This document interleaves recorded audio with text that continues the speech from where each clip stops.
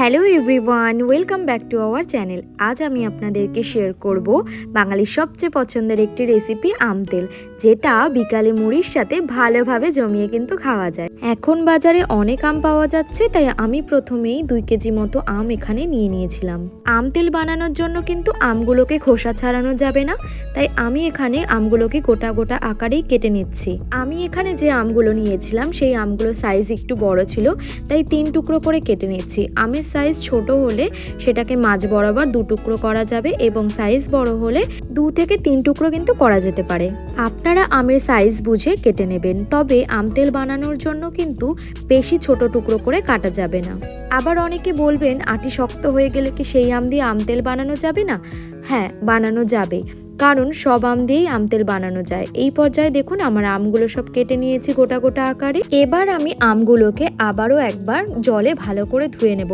প্রথমেই আমগুলো যখন গোটা পর্যায়ে ছিল তখন একবার ধুয়ে নিয়েছিলাম, আবারও ধুচ্ছি, তার কারণ আমের গায়ে যে কাটার সময় কষ থাকে সেটা আমের গায়ে লেগে যেতে পারে, তার জন্য আমি আবারও একবার ধুয়ে নিচ্ছি ভালো করে। এবার আমের গায়ে জলটাকে একটু শুকিয়ে নেব।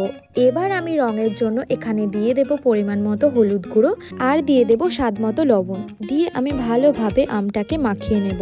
লবণ আর হলুদ গুঁড়ো দিয়ে ভালোভাবে আমগুলোকে মাখিয়ে নেওয়ার পর আমি এই আমগুলোকে 2 দিনের জন্য রোদে আমি ভালো করে শুকিয়ে নেব। তাই দেখুন আমি রোদে চলে এসেছি, এরকম 2টো থালায় আমি ডিভাইড করে দিয়েছি, যাতে একটা আম আর একটা আমের গায়ে লেগে না যায় এবং ভালোভাবে শুকিয়ে যায়। এরকম ভাবে কড়া রোদে 2 দিন ভালো করে শুকিয়ে নিতে হবে। দেখুন আমি এখানে 2 দিন মতো আম শুকিয়ে নিয়েছি, আর এখানে একটা কাচের বয়েম লাগবে আর মশলা। এই মশলাটি আমি কি উপকরণ দিয়ে রেডি করেছিলাম দেখিয়ে দিচ্ছি। এখানে দেখুন মৌরি নিয়ে নিয়েছি, আর গোটা জিরে, গোটা ধনে, আর নিয়ে নিয়েছি কয়েকটা শুকনো লঙ্কা আর দারচিনি। এগুলো সব উপকরণ একসাথে মিশিয়ে আমি এটাকে একটু কড়াইতে এক এক করে নেড়ে, সব একবারে আরেকটু নেড়ে আমি ভেজে সেটাকে রেডি করেছিলাম। দেখুন আমি সবগুলো এক এক করে ভেজে তারপরে লাস্টে আমি এটাকে একসঙ্গে ভাজছি। এবার আমি কাচের বয়েমে শুকিয়ে রাখা আমগুলোকে এক এক করে দিয়ে নিচ্ছি। তারপর আমি তেল রেডি করব। তেল রেডি করার জন্য প্রথমে কিছুটা তেল গরম করে নিচ্ছি। এত বেশি তেলে যেহেতু ফোড়ন দেওয়া যাবে না, তাই এই তেলটাকে সাইড করে রেখে আরেকটু তেল গরম করে তাতে আমি 5 ফোড়ন আর শুকনো লঙ্কা ফোড়ন দিয়ে সেই তেলের মধ্যেই আমি ঢেলে দিচ্ছি। এবার এই গরম তেলটাকে আমি একটু ঠান্ডা করে তারপর আমি এই শুকিয়ে রাখা আমগুলোর মধ্যে ঢেলে দেব। এখানে তেল ঠিক ততটাই দিতে হবে যতটা দিলে আমগুলো কিন্তু ডুবে থাকে।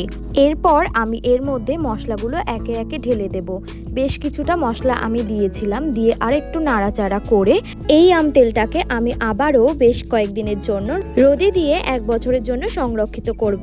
আমের মধ্যে তেলটাকে দেওয়ার পর রোদে দেওয়ার কারণ হচ্ছে আমগুলো এই পর্যায়ে রোদে দিলে আরেকটু মজে এসে নরম হয়ে যাবে। আমরা বাঙালি, তাই আমাদের প্রত্যেকটা বাঙালির বাড়িতে কিন্তু এই আম তেলটা গরমে বানানো হবেই হবে।